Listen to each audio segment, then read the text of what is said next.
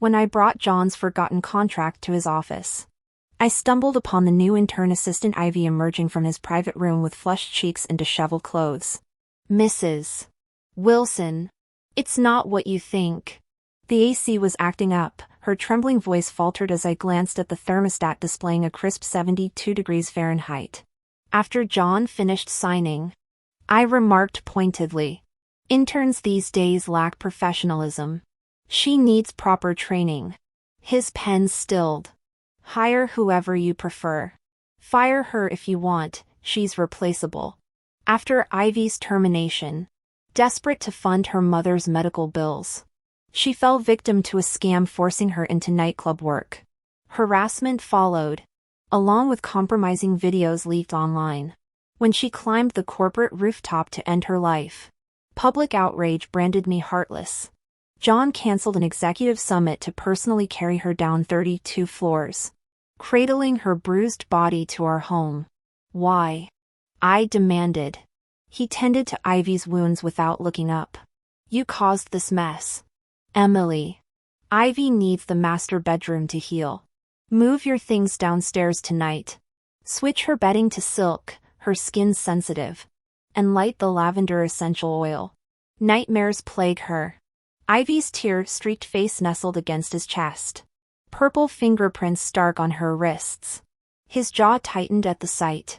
"Is there a problem?" he asked coolly when I didn't move. My laugh cracked. "You're ordering me to wait on her? Shouldn't you?" His gentle tone frosted over. "Her life's ruined because of you.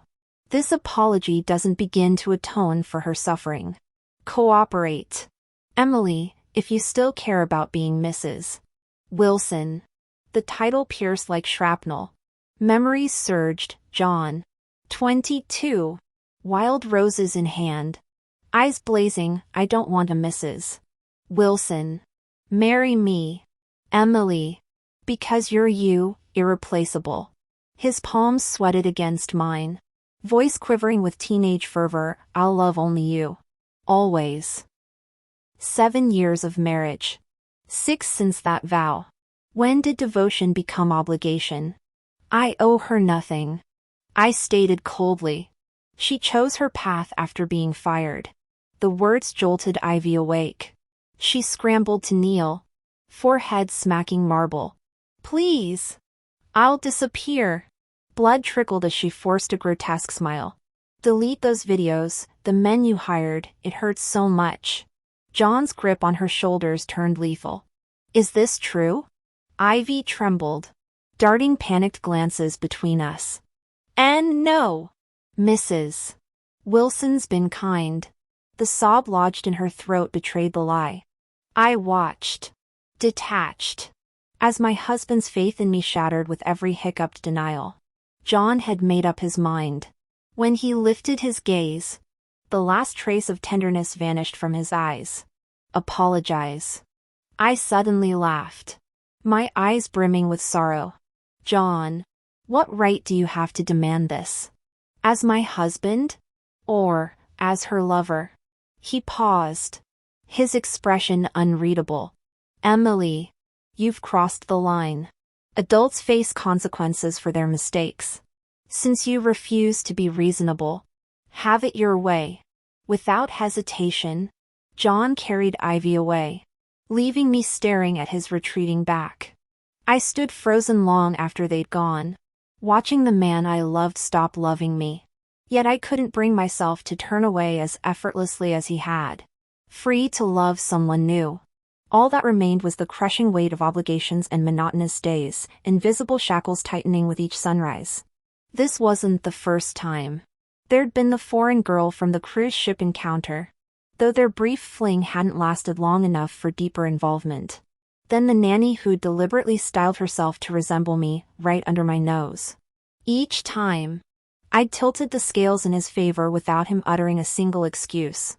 "It's nothing, just a coincidence." He'd never, probably mistook her for someone else. What justification could I possibly invent this time? Young sweethearts, bound by unwavering devotion, our wedding vows still echoed faintly in my memory. How much longer could I endure this fractured marriage held together by brittle pretense? Exhausted, I drifted into troubled sleep. Suddenly, my consciousness blurred as splitting pain tore through my skull. Countless cold, slithering hands crawled over my body like venomous serpents, groping, twisting. The shrill rip of fabric echoed as my limbs were wrenched into grotesque positions. Through glazed eyes, I saw camera flashes, thousands of blinding bursts freezing my most humiliating moments. When the endless nightmare finally ended, I realized the hellscape had been real. Violent nausea racked me as I curled into myself, retching until only tears remained. My phone rang with cruel timing. John's emotionless voice carried through the receiver. "Now that you've experienced even a fraction of Ivy's suffering, Emily, perhaps you'll finally understand her struggles." His tone softened marginally. "Don't worry, I only gave those intimate photos to Ivy. Consider this a warning. Remember, no more schemes against her." I tried to scream, but my vocal cords had been shredded during the night's ordeal. My protest emerged as a ragged whisper. "John, I never hurt her. I never sent anyone after her. Why won't you believe me?" Only silence answered. When my trembling fingers found the phone screen, I realized the call had ended long ago. My bloodied pleas had dissolved into dead air, another abandoned storyline in this rotting farce. Everything was rotting. The baseless accusations, the icy threats. This marriage I alone kept breathing. Fever consumed me afterward, trapping me in days of fitful sleep. In my delirium, John reappeared as the boy I'd once known, wiping cold sweat from my brow, keeping vigil at my bedside through endless nights until his eyes burned crimson. Half conscious, I heard his sigh, simultaneously intimate and distant. "You're still so stubborn." His voice brimmed with exhausted resignation. "When will you ever learn to bend?" Bend? John knew better than anyone. When my father had abandoned our family, demanding full custody to erase my mother's existence, I'd chosen death over submission.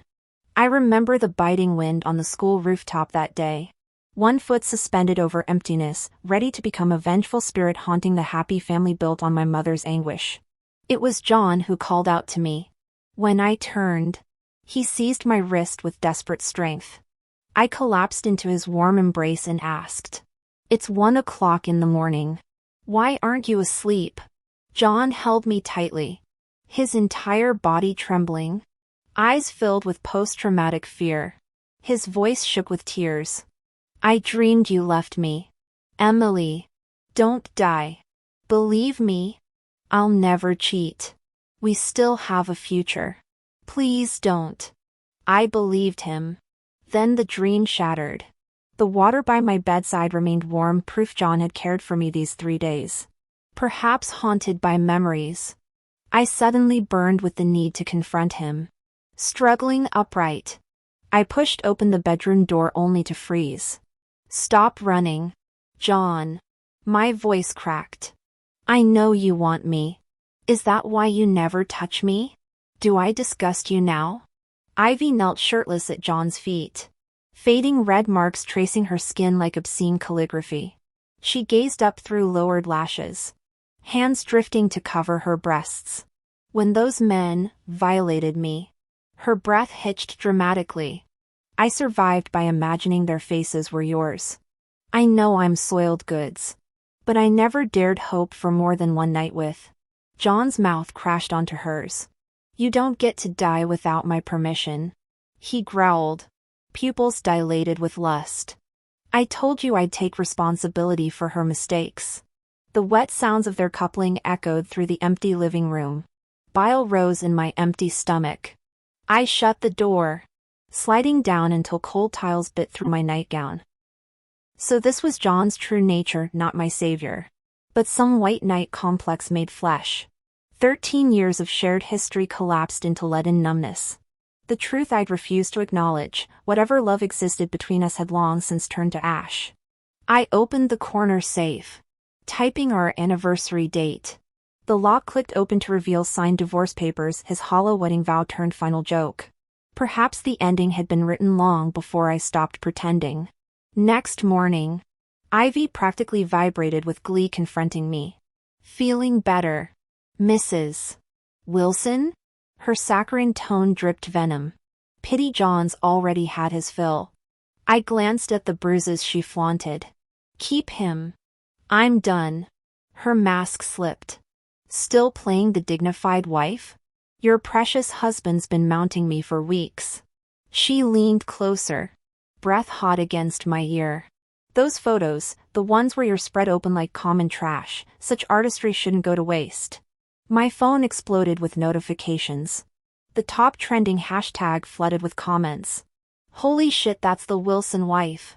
Who knew she rode dick like a pro? How much for a turn? I'd tap that skank. Rich bitch acting all prim while taking it up the. Colleagues' shocked messages blended with strangers' filth until John stormed in. On cue, Ivy slapped herself hard, collapsing tearfully at his feet. I tried uploading to private storage. Sobs racked her frame. By the time I noticed the mistake, people had screenshotted everything. She turned pleading eyes to me. Beat me if it helps. I deserve it.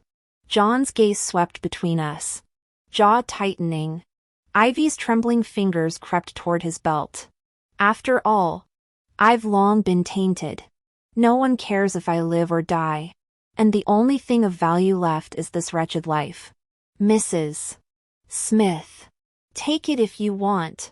My apology hung hollow as my desolate gaze lingered on John. His expression darkened, lips pressed into a taut line. After a prolonged silence, he sighed and reached to touch my forehead. Emily. She didn't mean any harm. Don't hold it against her. I'll handle this later. How's your condition? Didn't mean any harm? My laugh cracked. Firing her was unforgivable. But her leaking private photos was just an accident? John, your favoritism remains as blatant as it is hypocritical. I stepped back, evading his touch. I'm fine. No need to worry. His hand froze midair, features stiffening. As I turned to leave, he snapped with uncharacteristic irritation. Where are you going? The media's circling like vultures. Stay home this week. I met his gaze, voice flat. Isn't this what you wanted, John? Thanks to you, I finally understand how Ivy must have felt. You've made me just like her. And for that, I'm grateful. It showed me exactly where I went wrong. Don't worry. I'll stop targeting her. A humorless smile twisted my lips. Oh, and expect a gift later. Consider it an apology. John's outstretched hand dropped. A gift? Wariness threaded his tone as he glanced at Ivy still sobbing on the floor. Then back at me. What are you planning now, Emily? His warning glare sharpened. Don't overstep. I lowered my eyes. Recalling the damning evidence I'd unearthed last night, the exclusive moments blocked me. In the moments, John was playing the savior of another woman. In the moments that blocked my updates, John was playing Ivy's savior. The screenshots burned behind my eyelids, John upgrading Ivy's mother to a VIP hospital suite, prepaying 3 years' worth of treatments. The photo of Ivy nestled against his shoulder on a Ferris wheel. Caption reading, they say wishes come true at the peak. Mine? For this happiness to last forever. My thumb had trembled zooming into their private gallery, countless moments stolen from our marriage. Him accompanying Ivy to $1,000 per hour therapy sessions. Fireworks blooming over the city skyline for her birthday. Canoeing trips where she'd laughed. Carefree. The wallpaper photo where John gazed not at the camera, but at Ivy sleeping beside him. Sunlight gilding his tender expression, an intimacy I hadn't seen in years. Why her? The question dissolved into bitter laughter. Whether he craved her dependency or reveled in playing savior mattered little now. John's frown deepened as silence stretched. Enough. Emily. Rest. When you wake, this scandal will be Mr. Wilson. Ivy's shrill interruption echoed as she clung to his leg. They're doxing me. Calling me a gold-digging whore. Cursing my dying mother. My fingers slipped uploading those photos. I swear. Her theatrics turned my stomach. 3 days they'd spent scrubbing her revenge porn of me from the internet. Yet here John stood. Protective hand already settling on her shoulder, the same man who'd let my career burn for far less. I walked out as his assurances to Ivy chased me down the hall, each syllable etching deeper the truth I'd denied. The gilded cage door stood open. All I had to do was stop pretending not to see the key. Mr. Wilson, could you make a public statement claiming it was unintentional? Issue a clarification?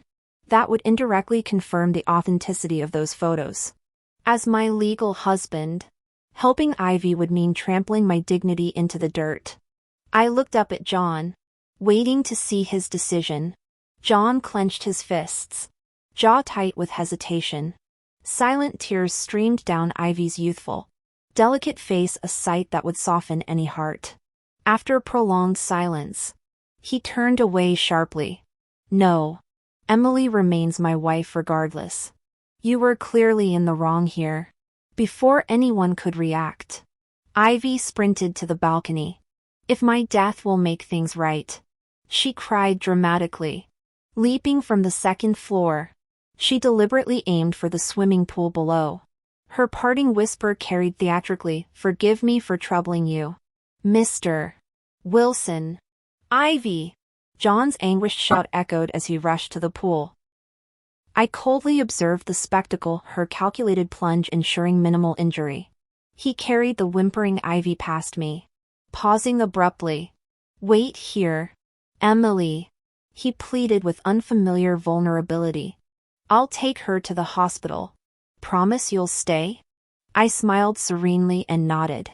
The moment his car disappeared, I began packing. After contemplation, I dropped my wedding ring and bridal portraits into the trash. Only my mother's jade bracelets warranted careful wrapping, their cool surface blurring my vision with unshed tears. How foolish to think I'd escaped her fate. Like mother enduring decades of infidelity until forced to act, I'd clung to pathetic hopes of reconciliation. Thank God no children bound me to this farce. Mother's quiet resistance hadn't been futile while bastards inherited the Smith empire. She'd secured my trust fund. My investments multiplied it quietly, ensuring lifelong independence. At the airport lounge, I finalized the call with my attorney. Handle the divorce. I want him destitute. Rest assured. Ms. Smith. The evidence clearly establishes Mr. Wilson as the sole guilty party. Deleting John's contacts felt cathartic. Beyond courtroom encounters, I vowed never to see him again. Meanwhile, John clutched his chest inexplicably during Ivy's hospital theatrics. Leg fracture requires 6 weeks rest, the doctor emphasized as Ivy sniffled. What if I become crippled? Unlike your precious Mrs. Wilson, I've got nobody. Just my terminally ill mother. 2 caregivers will assist you. John interrupted coldly, immune to her tears. Enough dramatics. As Ivy's hiccuping subsided, his phone buzzed with the estate manager's update, all Mrs. Wilson's belongings have been removed per her instructions. The finality struck harder than expected.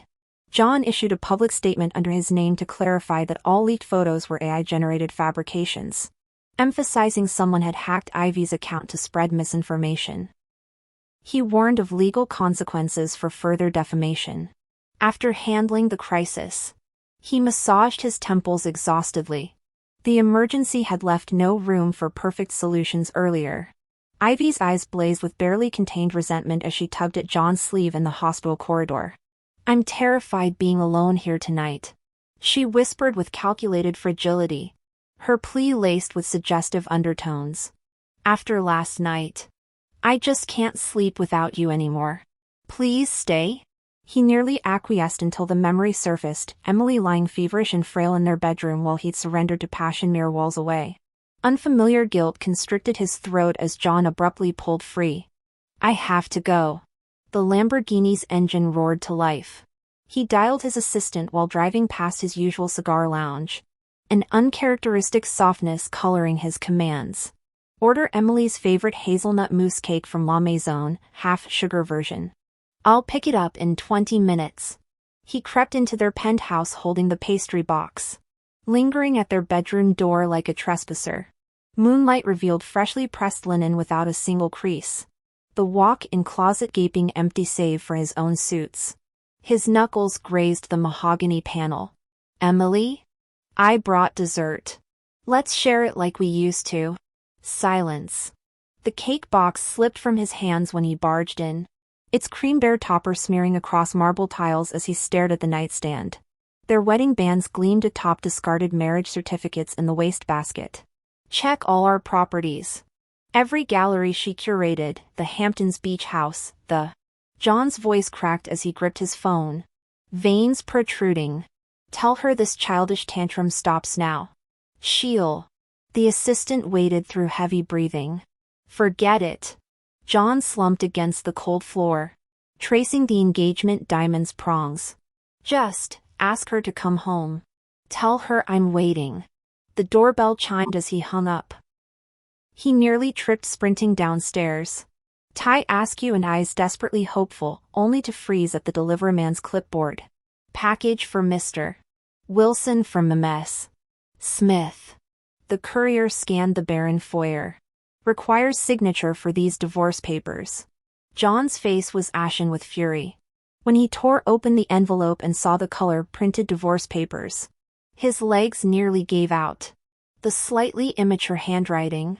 The tender vows from their wedding. Emily.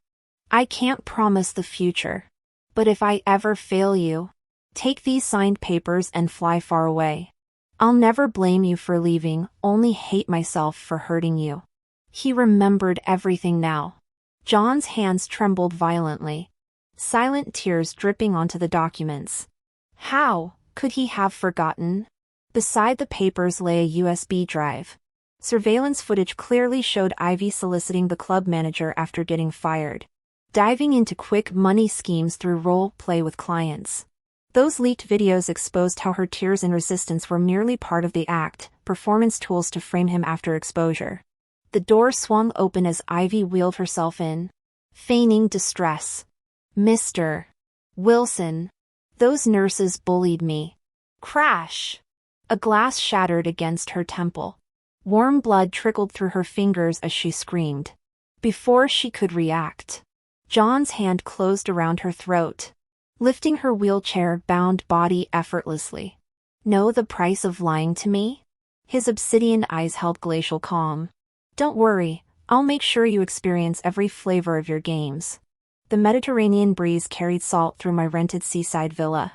Though physically free, I wandered like a ghost those first weeks in southern France. My body had escaped, yet my heart remained chained to that cold mansion. The title of Mrs. Wilson clinging like chains through endless nightmares. I mimicked TV alcoholics, drowning in every local tavern's strongest brews. John is a bastard. I slurred to indifferent cobblestones one night, liquor burning away decades of delusions. Only in anonymity did true freedom bloom. When security ejected my drunken self, I stumbled upon a dimly lit pub. Behind the weathered counter, Ethan polished glasses with methodical care.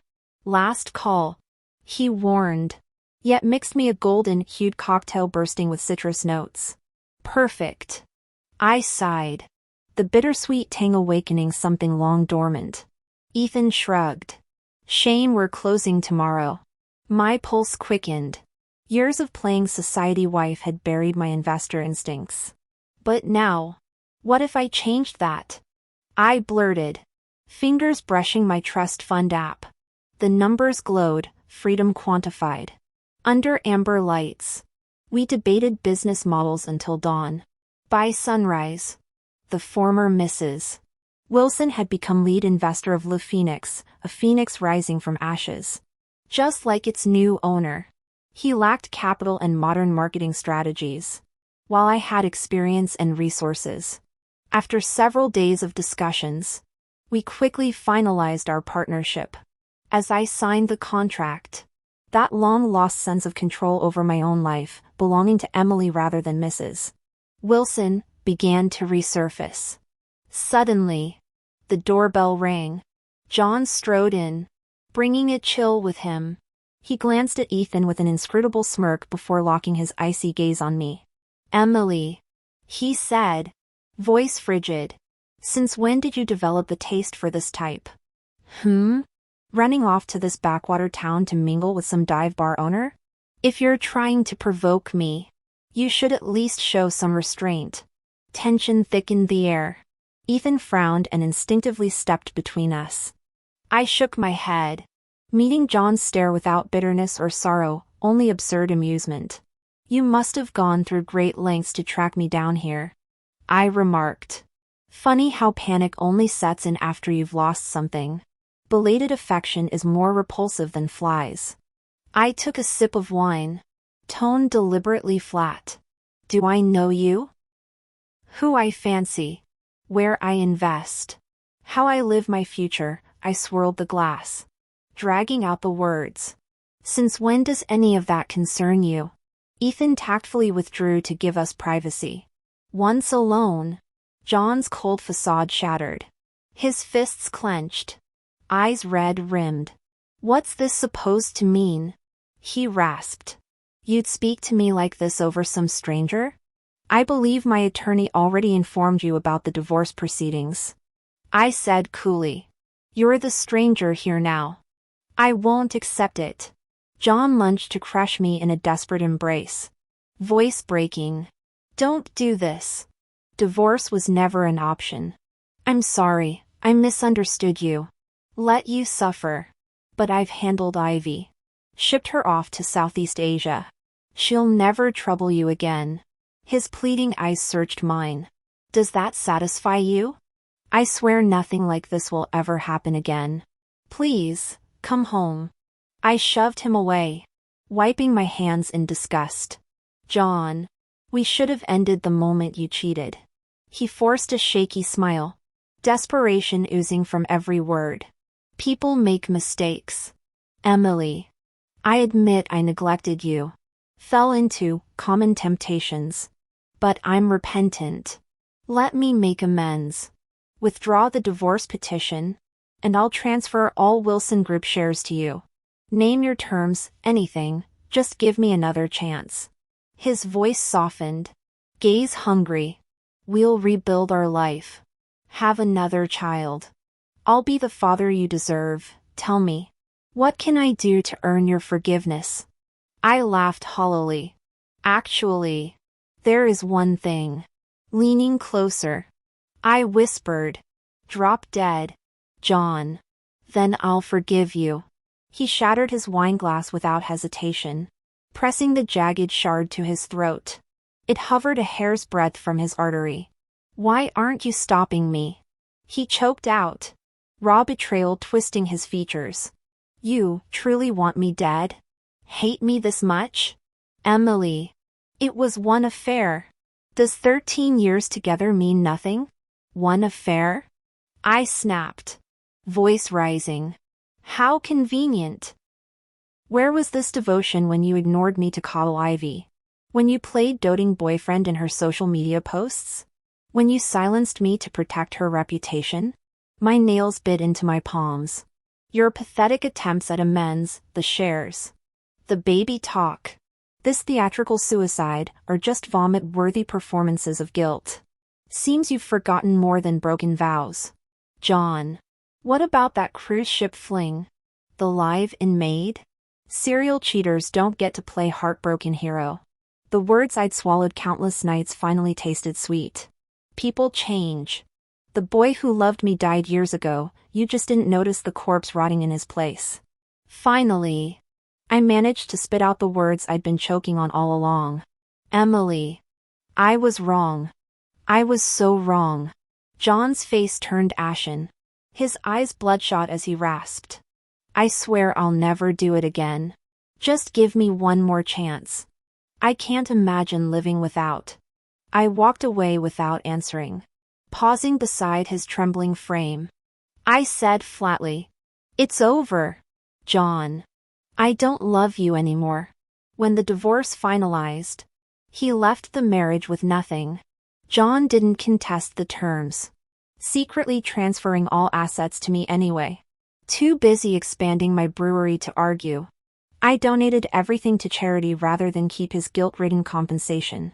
They told me John canceled an executive meeting to personally carry some suicidal employee down from the 32nd floor ledge. His lawyer later contacted me, said he'd been diagnosed with depression, that his health was failing, begged for one meeting. I didn't care enough to untangle truth from manipulation. 3 years later, he took his own life.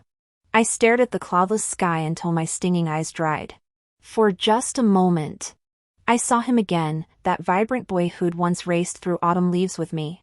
All reckless grins and burning sincerity. My whisper dissolved into the twilight. Good night, John.